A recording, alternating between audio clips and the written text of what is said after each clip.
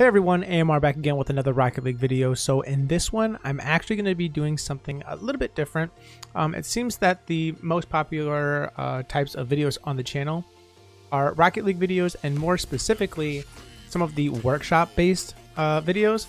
So I think I'm actually going to be doing some speed runs here in the Rings 3 by DMC. I'll try and make sure that I put it in the description down below, the name of this workshop. But I typically average right around like 7-ish minutes, if I'm not mistaken. It's been a little bit since I've done this, so bear with me. But essentially, you have some hoops that have like a little bit smaller, and then you have like the really, really small ones that are red.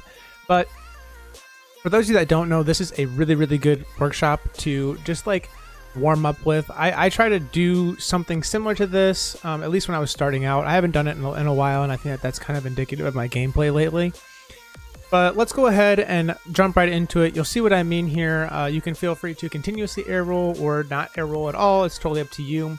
Obviously, the more air rolling you do, probably the tougher it becomes. But let's go ahead and jump into it.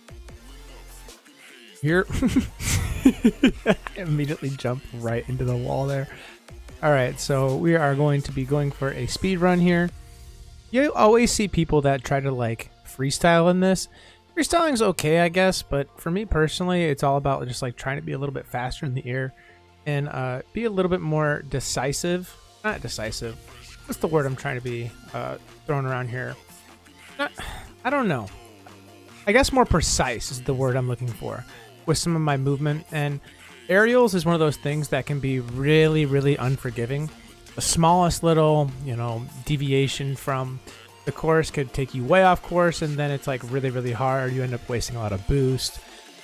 And yeah, it's always good to like go back to the basics sometimes and just try and figure out how to, get back to like your normal self.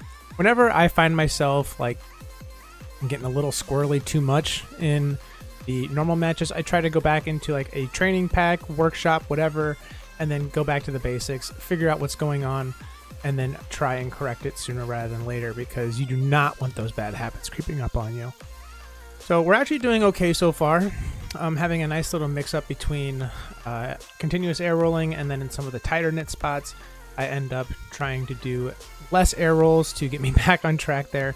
These hoops are pretty unforgiving. If you've ever done like the DMC Rings map, which I should have a video coming out soon on me doing a speedrun in that as well. But these hoops are designed in a very specific way to, it's a circle essentially. I'm just going to go ahead. Hey, the ball just came out of nowhere. But they're designed in a way to where if you bump into them, you're pretty much going to be like propelled, like right there, for instance. I'm gonna go ahead and move my mic down a little bit. It's getting a little bit in the way there. But the rings are designed in a specific way to propel you.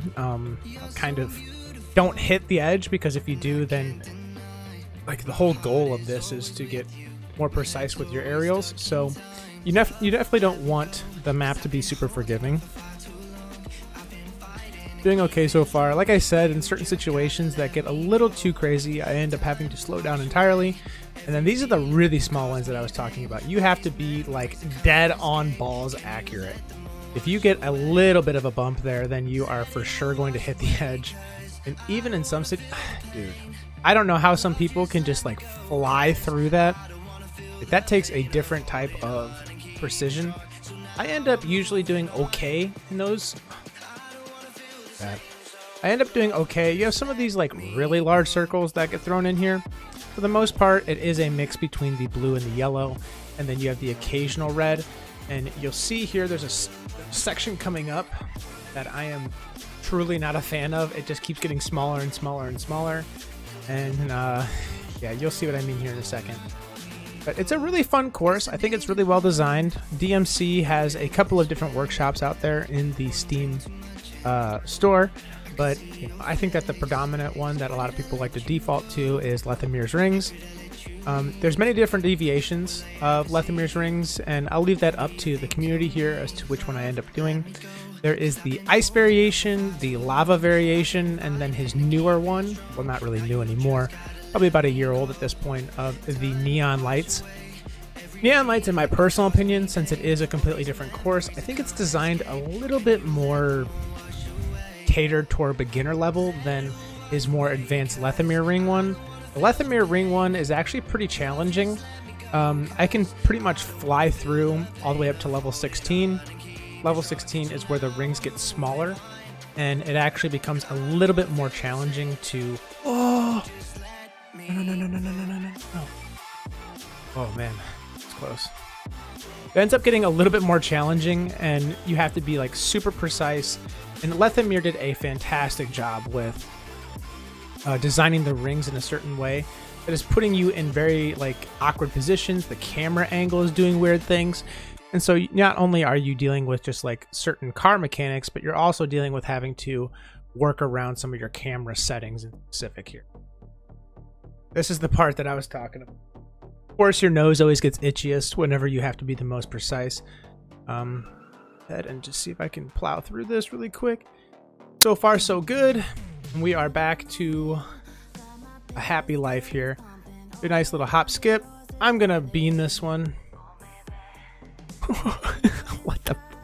I don't know what happened there. I kind of like went on autopilot and it kind of screwed me. Here we go. And we are going to finish well below 7 minutes. So maybe my approximation was a little bit different. So the results is 9 minutes and 9 seconds. I don't even know what that means. That's not right. Like, I'm only 7 minutes into this recording right now. So I'm not really sure what's going on with the results there, but I'm going to go on silent mode here. Enjoy the soundtrack because I'm going to be playing a couple of different tunes here, but I think I'm going to try and do a speed run. My time to beat is 5 minutes and 9 seconds. Let's do this.